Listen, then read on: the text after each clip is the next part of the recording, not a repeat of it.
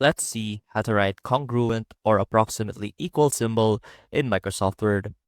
First off, you want to open Microsoft Word. And as you can see right here, we have our document ready. Now, to insert your congruent symbol, simply head on over to the Insert tab and click on Equation right here.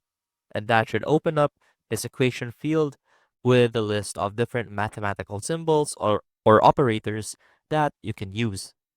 So the congruent or approximately equal to symbol is distinct by having the equal sign and having a tilde above it.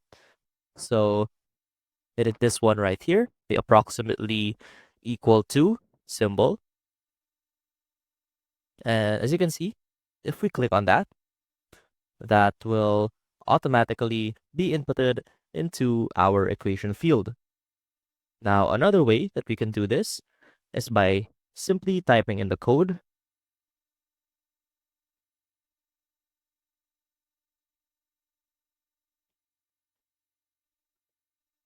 And as you can see, we now have our congruent or approximately equal to symbol outside of the equation field.